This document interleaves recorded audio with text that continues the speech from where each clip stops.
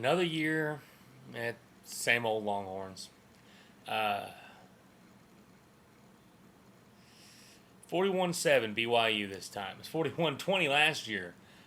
So they scored the same amount of points, and we couldn't even get up to our meager 20 from last season. Um, this was a weird ball game. I'm not surprised Texas lost. I will say I am surprised that they got routed once again.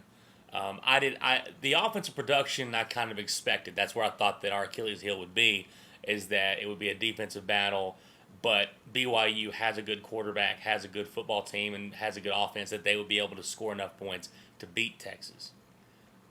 I didn't expect that third quarter where all sides of the ball for Texas just decided, we're not going to show up at this point.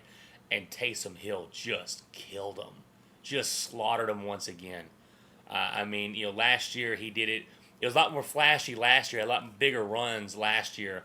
But this time, man, he just picked him apart with his mind, knew exactly what to do. That hurdle there for the touchdown, for his first touchdown of the game, really just exemplified what he's meant to that football team and what he did to the Texas Longhorns.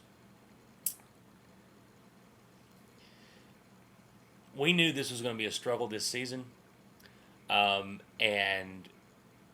that this is going to be a team that's going to, may surprise us at some point, but more than likely won't. They surprised me tonight, though. They surprised me with the fact that they got their butts whipped again. And there's a lot to blame for this. Of course, the guys on the field who are out there, and there's a lot of guys off the field to blame for this as well. Namely, a couple of offensive linemen, and a lot of guys who haven't been able to buy into whatever new rules have been set up.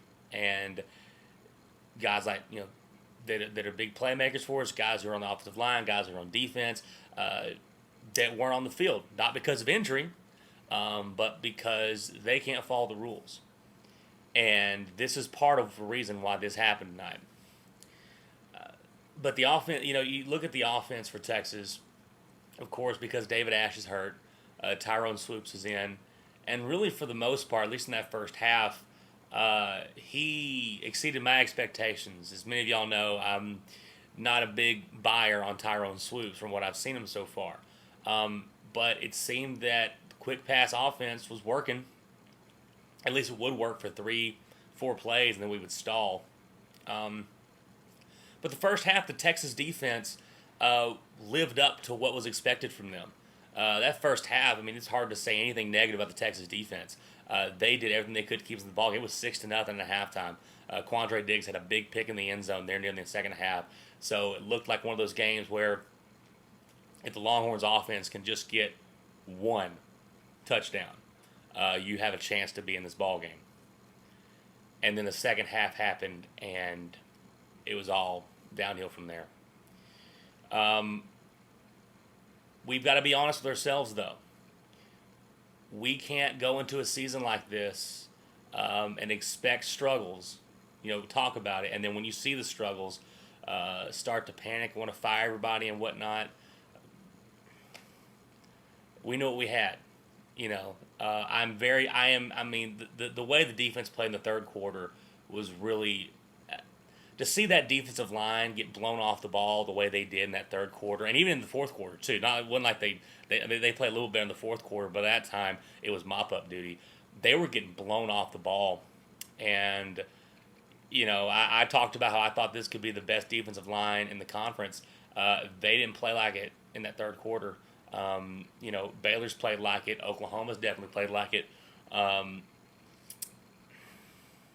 It's just frustrating to see, other programs around, not just the conference, but around the league, who, even if they're not up to what they want to be, they still have a competent-looking football team, and this team still doesn't have it right now, especially on offense. So, Brigham Young owns us, of course. That's 2 years in a row they've kicked our tail, and they deserve to. Once it started rolling in the third quarter, I was hoping they'd drop 60 on us. So this is the team that Charlie Strong took over. This is the group that we've got here. Next week you've got UCLA. I'm gonna be at that ball game.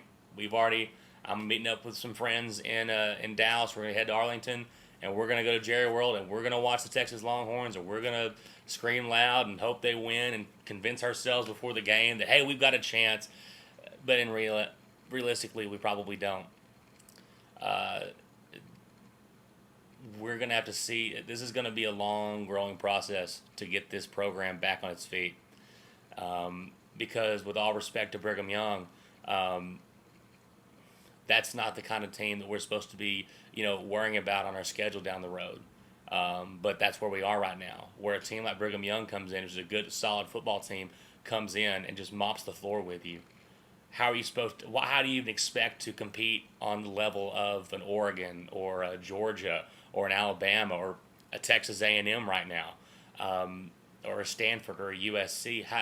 And I throw those names out there because right now that seems ludicrous. Why would you talk about Oregon and Alabama and teams like that with the way Texas is playing? But wasn't too long ago, 5 years ago, that's where Texas was. Texas was amongst that group of elite squads throughout the country, competing for that national championship.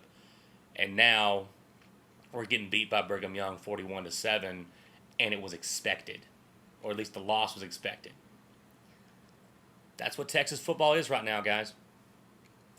It's frustrating, especially as an alum. When I was there, Texas was pretty good.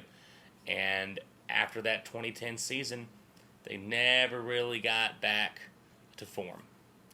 So Charlie Strong's got his work cut out for him. This coaching staff has their work cut out for him to find out what we're going to do. Maybe they can change something around because I think the talent is definitely there. Though a lot of it wasn't there because a lot of it got suspended or kicked off the team for doing something stupid. That's what happens. So, hook 'em horns. Congrats to BYU. It's a good football team. Taysom Hill's the real deal. Well, I've been saying that for a while, and he proved it again. At least he's good against Texas, but he's good across the board as well. So, it's Texas this is Texas football, ladies and gentlemen. Starting to get used to it, and that's the scary part.